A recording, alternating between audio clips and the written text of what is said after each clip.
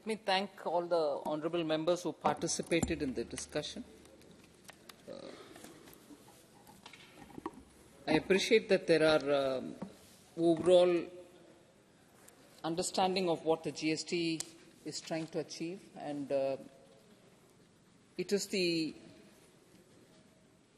glitches or it is the difficulties which are being faced by many of those who are users of the GSTN portal which is being raised, and also the issue of the tax rates. I'll try to address each of the concerns voiced by the members, the primary ones, that is. I thank Member Nishikant Dubey for having given a comprehensive overall picture of where the GST is today and from where it has reached here.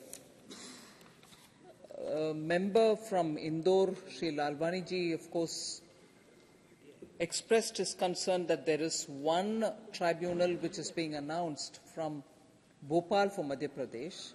Every state is going to get 1+1, and the second one can or maybe will be located in Indore, which is the commercial center, which is of course a decision which is based on the inputs which are given in the GST Council by the state officials as well. I understand his concern on that. There was this point mentioned by Member Sharmishta Sethi, I'm not sure if she's here now, asking for a reduction in the GST rate for Tendu leaves. This topic on the GST rates for Tendu leaves have been discussed, if I remember correct, more than once in the GST Council. And I think since 2017 itself, this has been subject of discussion. In my tenure, twice this has been discussed. And there is no unanimity of view, and therefore we are not able to arrive at a decision which Orissa might like. So the matter on the Kendu leaves lies there. But it is not because the GST Council did not take it up for discussion. It was taken up, but no unanimity has been arrived. Also, Member Sethi also raised this issue of taxation on online gaming with prospective effect, or if there is a need for a clarificatory exercise. The clarification on that levy was issued, sir. 28% is the tax, and as to who it will apply to, on who will the incidence fall, has been clearly explained. But this particular point that the valuation rules, I like to put it on record again, that the valuation rules to exclude winnings is prospective. So I hope there's no confusion on that. The member from Shiv Sena, Dhairishil Maneji,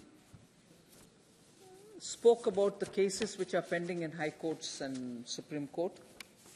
And now that we are bringing in a legislation with amendments for setting up of the tribunal for appellate tribunal, GST's appellate tribunal. And this particular amendment, of course, is looking at the age limits so that it will be in alignment with the rest of the tribunals. I'd like to inform the honourable member that the taxpayer is at his liberty to withdraw from the High Court, from the Supreme Court, and go to the tribunal which is getting set up, so that his case can be speeded up now that there's a new bench which is established at the states and the appellate which is in Delhi. So it is well within the right of the taxpayer who can take it up further, or withdraw from there and come over to the... Sir, honourable member from Andhra Pradesh has raised quite a few issues on the GST and the fact that there are eight slabs, and that the penalty levied on MSMEs and so on. First of all, sir, on rate rationalization, there is a group of ministers which is formed within the GST.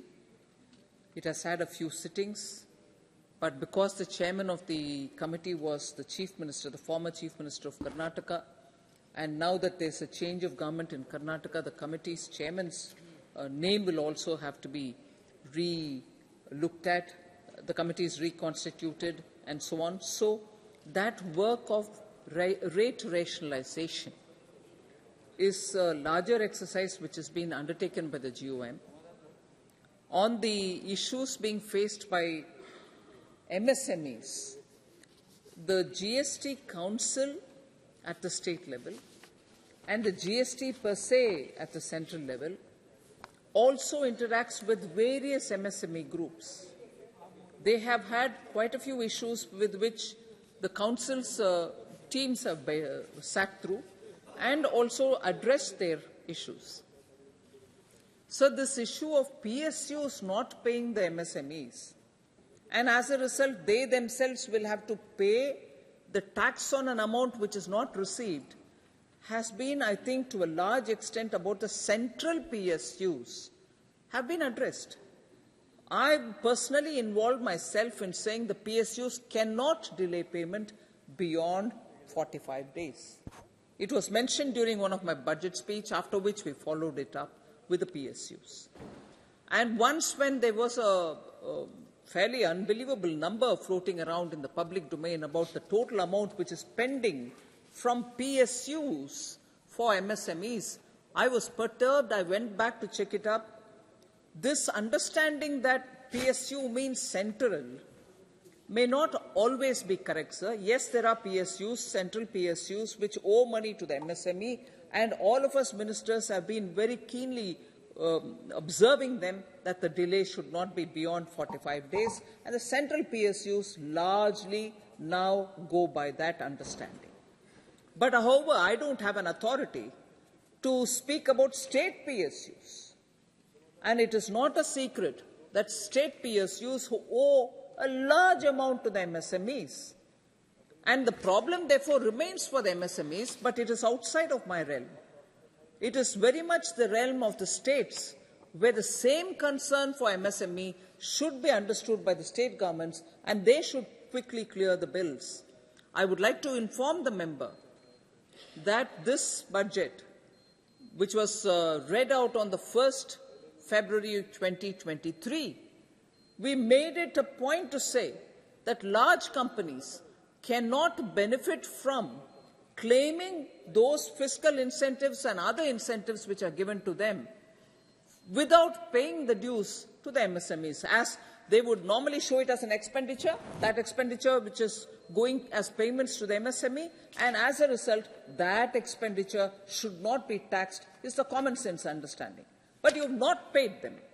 And without paying them, if any company shows it as an expenditure, they cannot draw the claims for having spent that money when actually you have not spent it. You have not paid the MSMEs. So we brought that change in this particular budget so that these advantages which accrue to the larger companies without actually paying the smaller companies should not accrue till actually they make the payment, whichever fiscal year it may be. So we have been fairly sensitive to the needs of the MSMEs. I am quite happy to hear more about it, and when I was recently in Vijayawada, Honourable Member met me with a delegation and gave me also a lot of representations. We'll take that on board. So that being my reply to all those Honourable Members who spoke about it, I am very grateful, sir, and I seek the House and its cooperation to pass this amendment. प्रश्न है कि विधेयक पर विचार किया जाए। जो सदस्य